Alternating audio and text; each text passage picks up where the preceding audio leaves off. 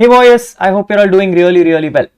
So yes, a lot of students reached out to me asking me a small concern. People told me that while they're able to understand the subject of capital gains, it becomes a little difficult when a lengthy question comes in exam, especially with the topic called as immovable properties. They're able to comprehend the subject, but at the same time, the application does not really make sense. And therefore, they wanted a more simpler format on how they can understand capital gains and do it well in the exam. People, this topic is a little critical topic because it carries 4 to 6 marks in your exam. It comes as question number 3, and therefore I do want you to pay special attention to this topic, especially if you're writing the upcoming exams of May, September and Jan. Yes, so without wasting any further time, let's discuss this topic in detail and let's understand what and all should you be keeping in mind when discussing about capital gains of immovable properties. Yes, before you is a format which I have prepared summarizing the whole extent of the provisions which are applicable for an immovable property transfer. You just need to keep all these in mind before you go for your exams. What are these topics? Let's discuss it together in detail. The first thing is, people, when you start with capital gains, the first and the most critical thing is full value of consideration, basically your sale value. Now, when it comes to immovable properties, income tax has a special provision under section 50C. Yes, a special provision has been imbibed under section 50C, which comes and clarifies that if you're planning to transfer any immovable property, you need to check 3 items. First, what is the stamp duty value as on the date of agreement or on the date of transfer, depending on when did you receive the money.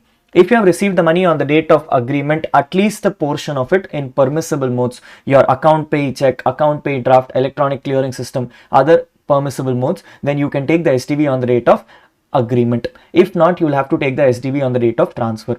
This value will be compared with the value which is arrived by the valuation officer, and whichever is beneficial will be taken. Therefore, whichever is lower. The final answer which you get will be then compared with the actual sale consideration to find out whichever is higher. So in simple words, the full value of consideration will be STV as on the date of agreement or transfer as the case may be, versus valuation officer FMV, whichever is lower, compared with your actual sale consideration, whichever is higher. But please note this carefully, that this provisions will only come into picture if you come and tell me that the stamp duty value is more than 110% of the consideration. Which means if the STV is within 110% of consideration, the provisions will not apply. You will ignore everything which is given on the top and you will directly do what is called as the actual sale consideration. Yes, in which case you will directly take the actual sale consideration as the case may be. Agreed? Yes? Super. Let's move forward. After you arrive at the full value of consideration, you reduce your transfer expenses. What are transfer expenses? All those expenses which you have incurred during the sale value. Like for example, the question may say there is some registration cost.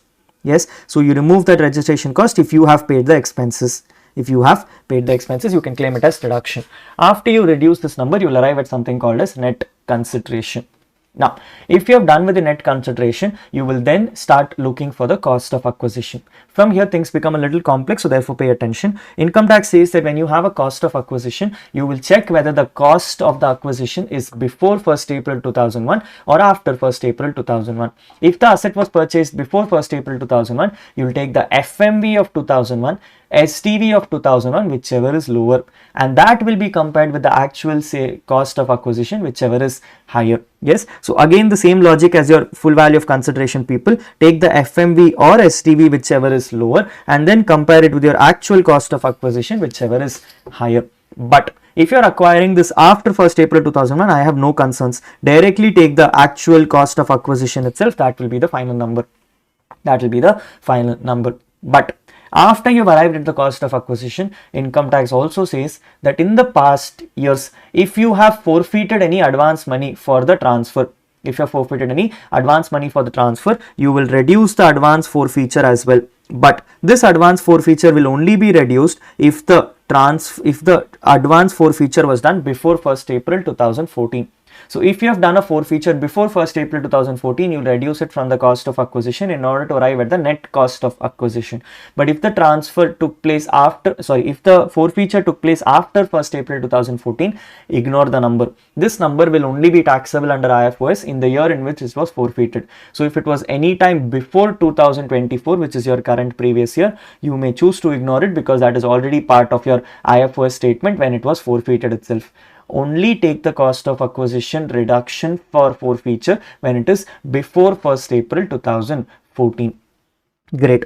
After you're done with your cost of acquisition, you will move on to cost of improvement. Again, in cost of improvement, income tax says, tell me, is the cost of improvement made before 1st April 2001 or is it made after 1st April 2001? If you tell me that it is made before 1st April 2001, I will say go forward and ignore it off.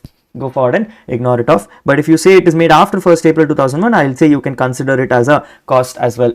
Consider it as a cost as well. That can also be claimed as a deduction. Yes, this is what the format is. But considering the current particular year, people, financial year 24-25, you will have to check when does the transfer take place. If the transfer takes place before 23rd July 24, if the transfer takes place before 23rd July 24, then you can't take the cost of acquisition or cost of improvement as it is. You will have to index it if the asset is a long-term capital asset.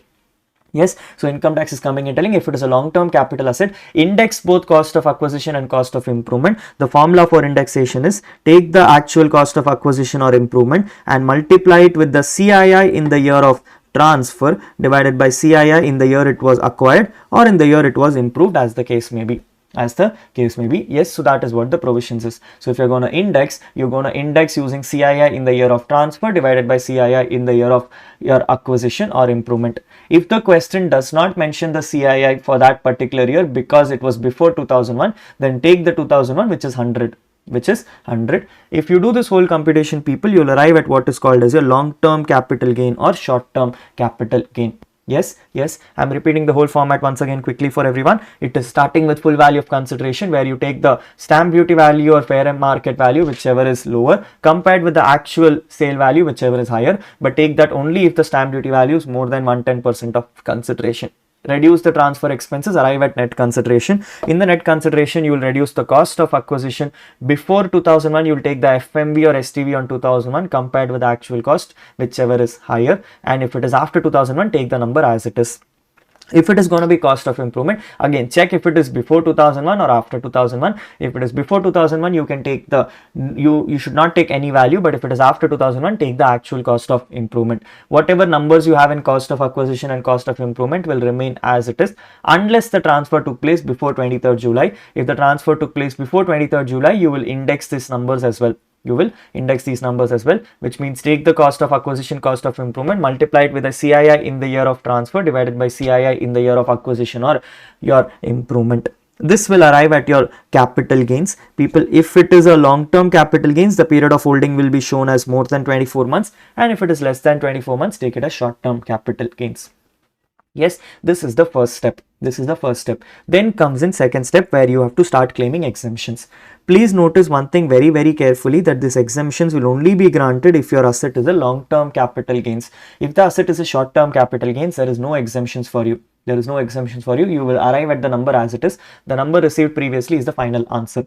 But if the asset is a long-term capital gains, you can claim two exemptions from your immovable properties. First exemption, people, is section 54. Where it says, because you're transferring an immovable property, if you buy a second immovable property, you will be allowed an exemption under 54. How much can you do? You can invest only in one house property. That too, the property should be in India.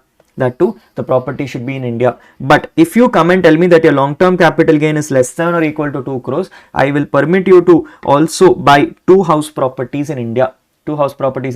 By when should you buy? You should buy this 1 year before or 2 years after the date of transfer in case you're purchasing. And if you're constructing, then you should complete it within 3 years. But during all this notion, you have to ensure that the money is invested in CGAS before the due date of return filing. So which means if you're already investing before the due date of ROI, there is no problem. But if you're not going to invest the money in the house directly, then you have to put the money in CGAS before the due date of ROI. Only that much of money which is put in CGAS will be allowed as an exemption. Otherwise, you will not get an exemption.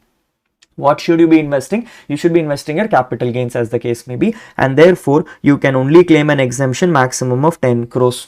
That is what the limit is. Which means if the question comes and says that the person has invested more than 10 crores, assume that you can only invest 10 crores, and that is what you can maximum claim as exemption. The second exemption will come in for section 54 EC. This section 54 EC says if you're planning to buy any kind of RECL bonds, NHCI bonds, or any other notified 54 EC bonds, then you will be given an exemption under 54 EC, provided the investment is done within 6 months from the date of transfer. Notice there is no CGAS here. Yes, there is no CGAS here. You'll take the number as it is. You'll take the number as it is, and then you will come and do a maximum investment of 50 lakh rupees only. You cannot make an investment more than 50 lakhs in this case. If you invest more than 50 lakhs, income tax will assume a restriction of 50 lakh rupees. Once you take this exemption as well, along with 54, you will arrive at the final taxable long-term or short-term capital gains. Yes, this is what would be your 6-mark question. This is what would be your 6-mark question, where you will have to be asked to arrive at this long-term or short-term capital gains. However, in the current year, assessment year 25-26, there are some amendments in tax rates, and therefore for an MCQ question, this may also be relevant. What is the amendments? Income tax says if you're going to start paying taxes on capital gains, tell me what kind of asset is it. If it is a short-term capital gains, then you tax it at the slab rates. The normal rules, everything will apply. Yes, but if it's going to be a long-term capital gains, and if you're transferring before 23rd July, notice carefully, before 23rd July, you would have already applied indexation benefits. You would have already done indexed cost of acquisition, indexed cost of improvement, and therefore the tax rate will be 20%. The tax rate will be 20%. Whereas if you're transferring after 23rd July, you will not be doing indexation. You'll not be doing indexation. And therefore, as a one-time measure in the current year, income tax says, even if you're transferring after 23rd July, check whichever is better. Which means you will still do tax as per 20% by applying indexation, or do tax as per 12.5% without applying any indexation, and check whichever is lower. That will be your final tax payable. Which means you may expect a question in exam where they may come and say that there is an asset which is transferred after 23rd July and they are asking you to compute the tax liability. Please note that you will not just do 12.5% in this, you will also do 20% with indexation, and check whichever is lower. This is a silent adjustment for your exam, so please pay attention to this. Yes, sweet. This is all that is your format for your capital gains, people. A very, very easy, simple format if you understand to compile the whole thing together. Yes, so we start with full value of consideration, reduce transfer expenses, reduce cost of acquisition, reduce cost of improvement, arrive at capital gains, claim exemptions of 54 and 54EC, arrive at taxable capital gains, and then apply these tax rates. For your full value of consideration, simply do STV or FMV on the date of transfer versus your actual sale consideration, whichever is higher. You can also take the agreement date if you have received advance money by permissible modes. Do not apply these provisions if your STV is within 110% of consideration. In cost of acquisition, check whether it is before 2001 or after 2001. If it is before 2001, again do FMV or STV on 2001 versus your actual cost, whichever is higher. If not, your after 2001, take the actual cost of acquisition as it is.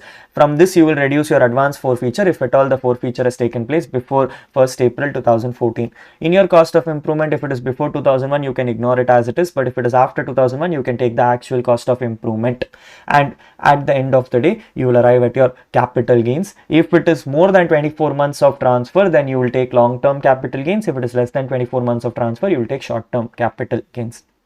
Yes, sweet. This is the simplest format which is there for your exams, people. Nothing complicated about capital gains.